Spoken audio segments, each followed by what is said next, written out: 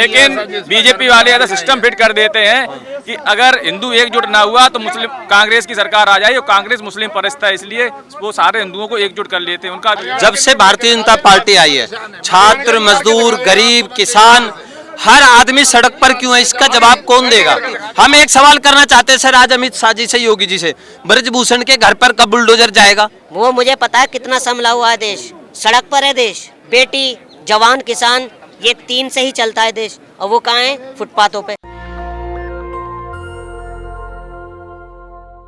मैं इस समय जंतर मंतर पर मौजूद हूँ। देश के कोने कोने से लोग यहाँ पहुँच रहे हैं और महिलाओं को समर्थन देने के लिए, महिला पहलवानों को समर्थन देने के लिए लोग यहाँ पर पहुँचे हुए हैं। हज़ारों की संख्या में लोग पहुँचे हैं।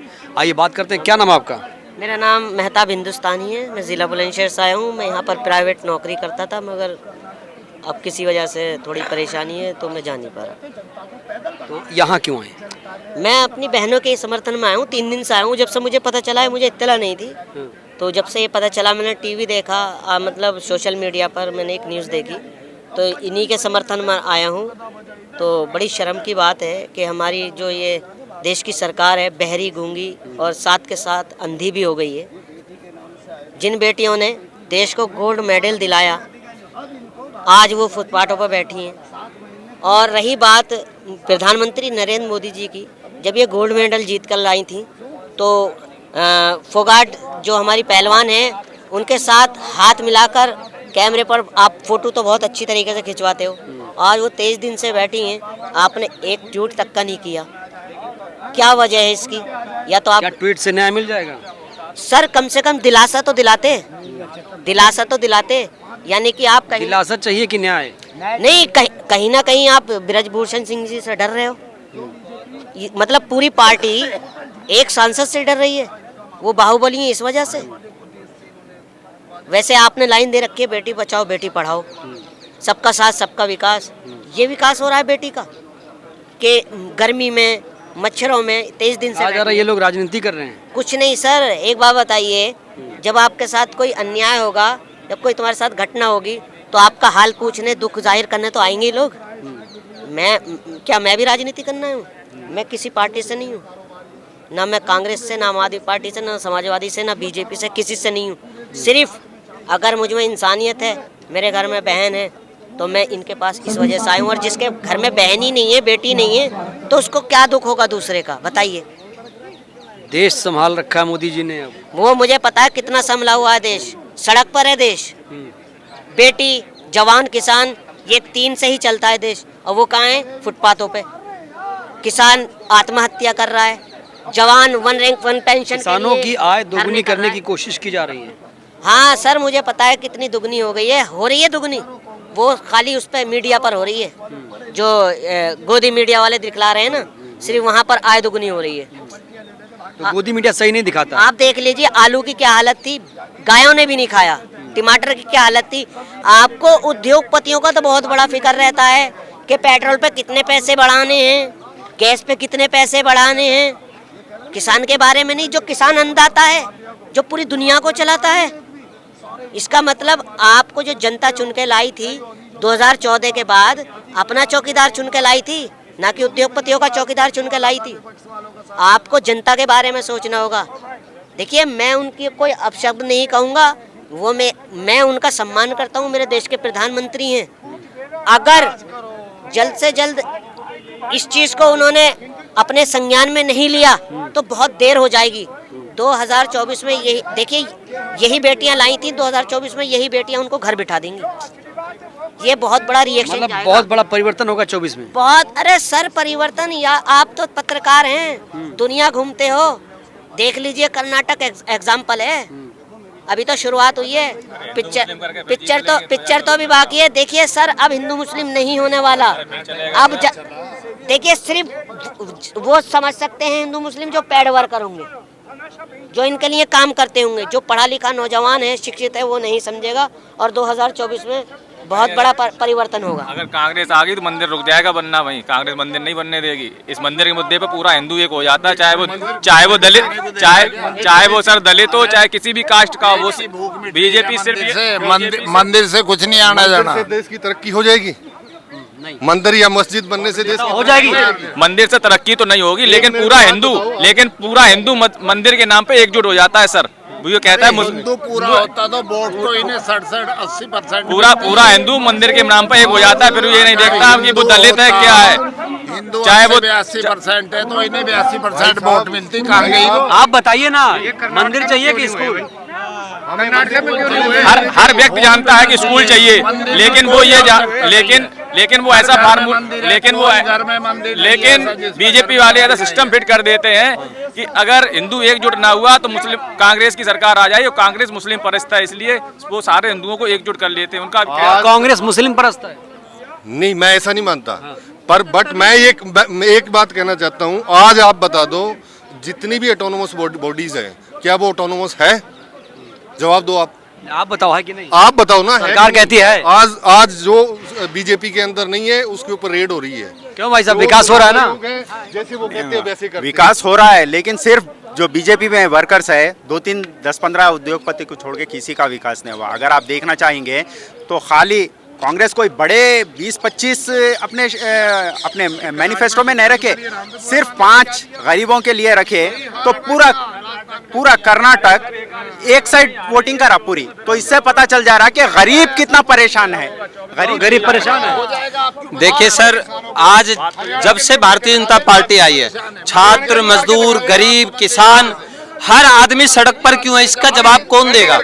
आज कर्नाटक के अंदर कर्नाटक की जनता ने जो इनको जवाब दिया है कि धर्म के नाम पर अब राजनीति नहीं होगी। नहीं होगी, बिल्कुल धर्म के नाम पर राजनीति नहीं होगी, ये बंद हो गया। कर्नाटक की जनता ने पूरे देश को जगा दिया। कब तक आप धर्म के नाम पे लोगों के प्रधानमंत्री हो गए, जय बजरंगबली के नारे लगवाता है, ये कोई प्रजातंत्र है? और हिंदू अगर जैसे भाई साहब कह रहे हैं, हिंदू अगर सारे साथ होते तो 82% वोट मिलती। 70 साल में हमने कभी हिंदू मुस्लिम नहीं सुना। 70 साल में विकास की राजनीति जब भी होती थी, इन्होंने एक भी एम्स हॉस्पिटल नहीं बनाया, एक भी एम्स हॉस्पिटल। एक बात का जवाब दे दो आप मेरे को। आज देश का प्रधानमंत्री कह रहे हैं हमें हिंदू राष्ट्र बनाना है। कहा कब कहा? पीएम नहीं, कभी नहीं कहा, कभी नहीं कहा। बीजेपी अरे कभी बीजेपी के लोग क्या हिंदू राष्ट्र बनेगा? कैसे बन जाएगा मुझे बताइए आप? 3% पे कैसे हिंदू राष्ट्र बना लोगे आप? आप दलित को हिंदू नहीं मानते, पिछड़ों को हिंदू नहीं मानते, सिखों को हिंदू नहीं मानते, ईसाई को। सत्ता में है 8 साल से, क्यों नहीं हिंदू राष्ट्र बनवा लिए? 8 साल से तो है ना, बनवा लेते हिंदू राष्ट्र। कहाँ हिंदू राष्ट्र दिक्कत क्या है? हिंदू राष्ट्र क्यों चाहिए हम लोगों को? जब हमारे जो इतने शहीद हुए थे, भगत सिंह और क्या बोलते हैं गांधी, उन्होंने ये बात बोला है कि हम है, ये देश हिंदू राष्ट्र है।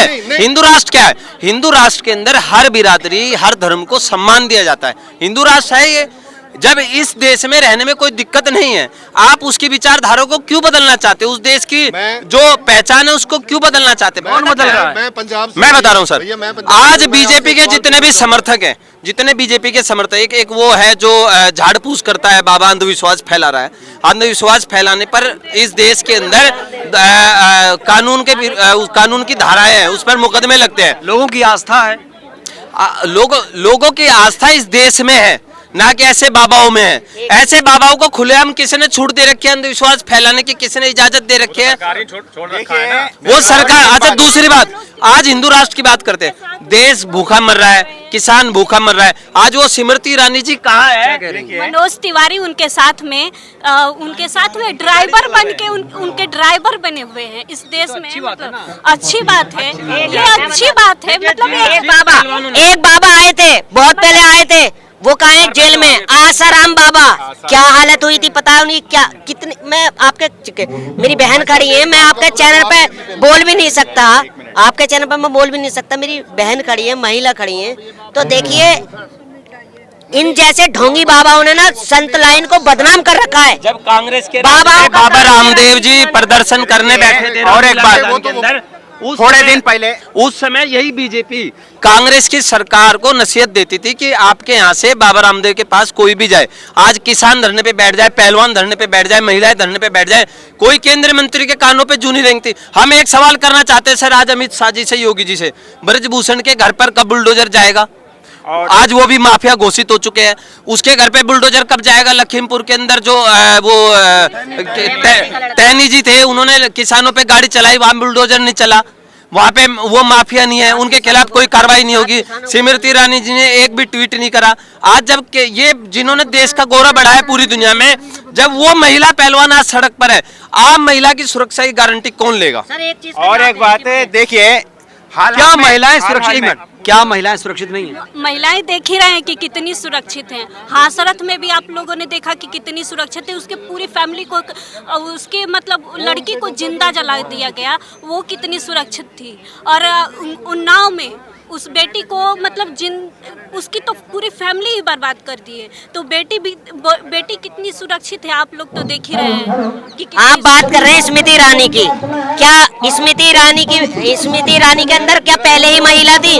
आज महिला नहीं। क्या सवाल है भाई साहब, क्या सवाल है? मेरा सवाल ये, सवाल नहीं, जवाब दीजिए सिर्फ। मेरा सवाल, आपने कहा प्रधानमंत्री ने कहा हिंदू राष्ट्र बनाना, नहीं कहा। मैं कह रहा हूँ नहीं कहा। मैं आपको स्टेटमेंट निकाल के दे दूं, पहले मेरी बात दिखाइए, पूरी बात करने दिखाइए, बात पूरी करने दीजिए। मैं पंजाब से हूँ। पंजाब में अगर किसी वो जो गैर जिम्मेदार आदमी है वो बोल रहा है कि हमने खालिस्तान बनाना है, तो इतने उतावले क्यों हो रहे हैं? साहब का जवाब मैं देता हूँ। एक मिनट जो किया गया, एक तो हजारों करोड़ रुपए खर्च करके उस आदमी की छवि को खराब करने की कोशिश करी गई, फिर उस पे झूठे मुकदमे लगा के उसकी एक सवाल क्या लगता है? एक मिनट मैं ये इसके बारे में ये जवाब देता हूँ, आप सुन लो।